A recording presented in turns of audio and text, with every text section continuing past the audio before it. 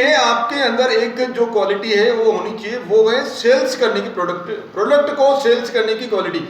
आपको किसी भी चीज को सेलिंग करना आना चाहिए, लाइफ के अंदर सेलिंग करना आना चाहिए। चाहे आपका प्रोडक्ट कोई भी हो, चाहे आपका प्रोडक्ट कोई जमीन बेचना हो, कोई कपड़ा बेचना हो, कोई राशन की सामग्री बेचना हो, यानी परचूनी सामग्री बेचना हो।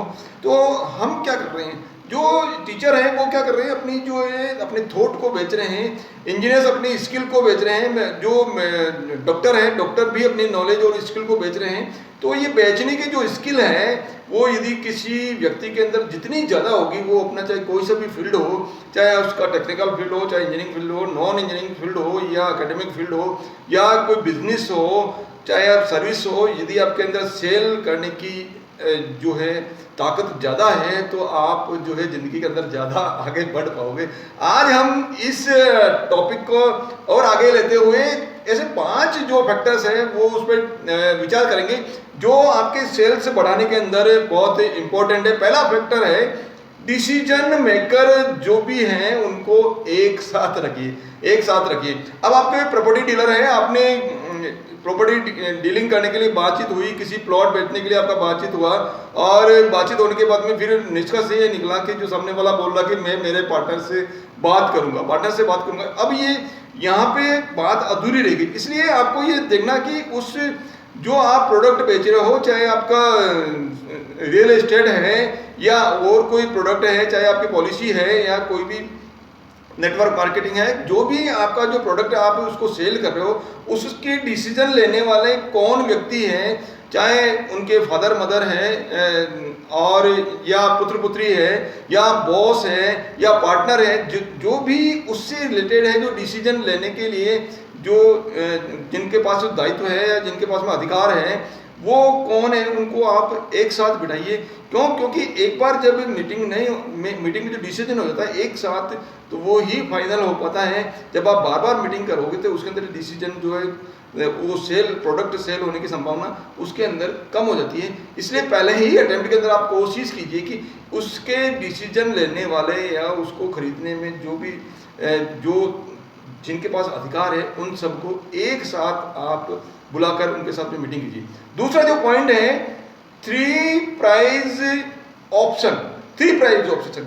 आप कस्टमर को 3 प्राइस आपको देनी पड़ेगी, तब जाके आपका जो है सेल अच्छी तरह से होगा। आप यदि कोई शर्ट बता रहे तो शर्ट आप बता रहे तो आपको 3 तरह की शर्ट बतानी पड़ेगी। बोलो ये 900 रुपये की शर्ट है, ये 1200 रुपये की शर्ट है और ये 2500 रुपये की शर्ट है।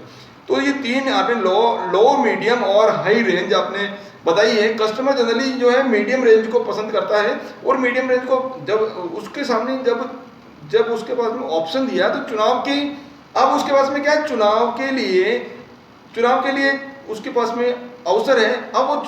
अब उसके ऊपर माइंड के अंदर, उसके कस्टमर के माइंड के अंदर ये चला गया कि चुनाव मेरे को करना है। अब मैं जो है आपका जो भी सेल करने वाला जो व्यक्ति है उसकी बात मेरे को नहीं मानी, मेरे पास ऑप्शन है, इसलिए चुनाव मैं कर रहा हूँ। इसलिए जो है वो अपने आप को क्या, कस्टमर बहुत अच्छा फील करता है, उसको मज़ा आता है, और जब उसको मज़ा आता है तो वो क्या करता है, वो उसमें से एक जो मनपसंद जो भी चीज़ है उसको कॉस्ट वाइज जो भी जम रही है, तीनों में से एक जो है शर्ट आपकी वो खरीद लेगा।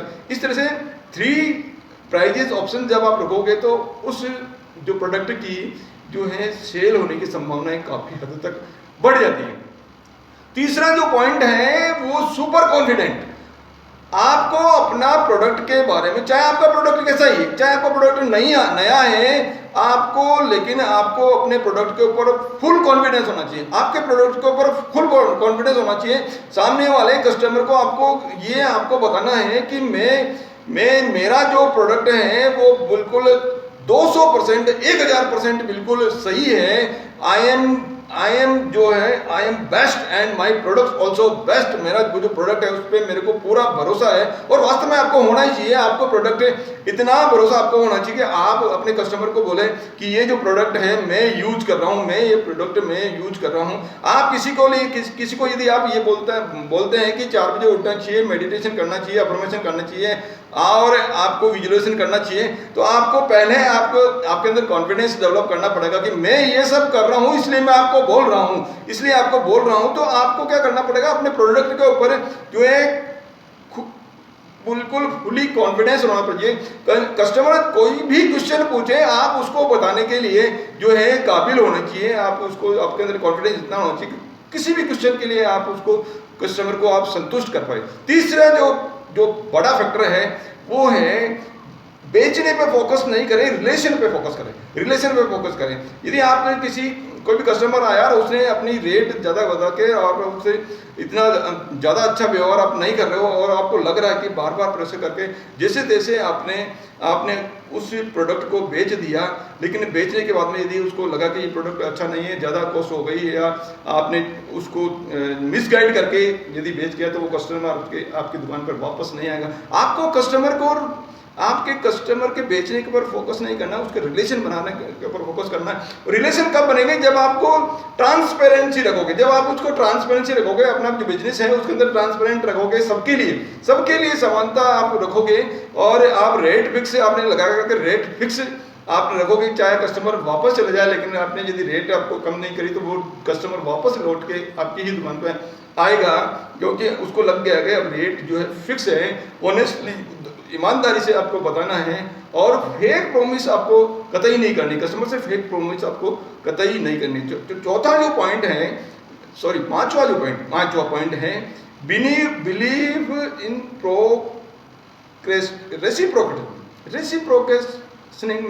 रेसिप्रोकेटिंग में क्या होगा, रेसिप्रोकेशन का मतलब है, यदि आपको किसी ने इनवाइट किया, आपको किसी ने शादी के लिए इनविटेशन कार्ड दिया, तो आप जब उनके वहाँ जाओगे तो शादी के लिए आप कोई गिफ्ट लेके जाओगे, कोई लिफाफा लेके जाओगे, या आप कन्यादान देके जाओगे। दान के बाद में कुछ समय बाद में, कुछ महीनों बाद में आपके घर के अंदर कोई काम पड़ा और आपने उनको इनवाइट किया, तो यदि आपने 1000 रुपये का कोई भी गिफ्ट उनको किया, तो उनकी कोशिश यही रहती है कि कम से कम 1000 रुपये का वो वापस जो है रिटर्न गिफ्ट वो आपको जो जब आपका काम पड़ता तो वो देता। तो ये है, आप जैसा बर्ताव करोगे सामने वाला भी आपके साथ में वैसा ही बर्ताव करेगा।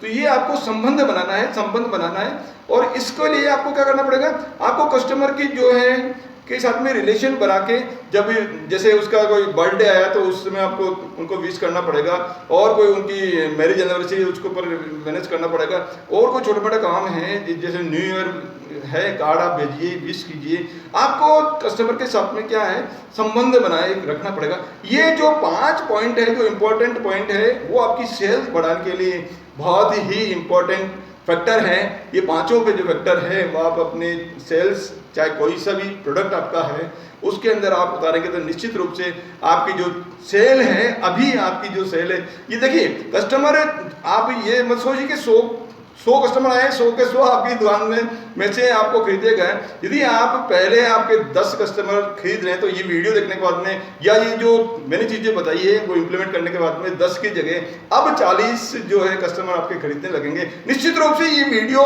देखने के बाद में देखना ही नहीं है, उसको आप यदि इम्प्लीमेंट करोगे, अपने बिजनेस के अंदर आप इम्प्लीमेंट करोगे, आप अपने जीवन के अंदर यदि इम्प्लीमेंट करोगे, तो निश्चित रूप से आपका जो प्रोडक्ट सेल का जो है आपका तरीका भी बढ़ जाएगा, और आपकी जो सेल बढ़ जाएगी, निश्चित रूप से आपकी सेल बढ़कर आप जीवन के अंदर और आगे बढ़े। मेरी वीडियो में आप बने रहते हैं, उसके लिए आपका बहुत बहुत तहे दिल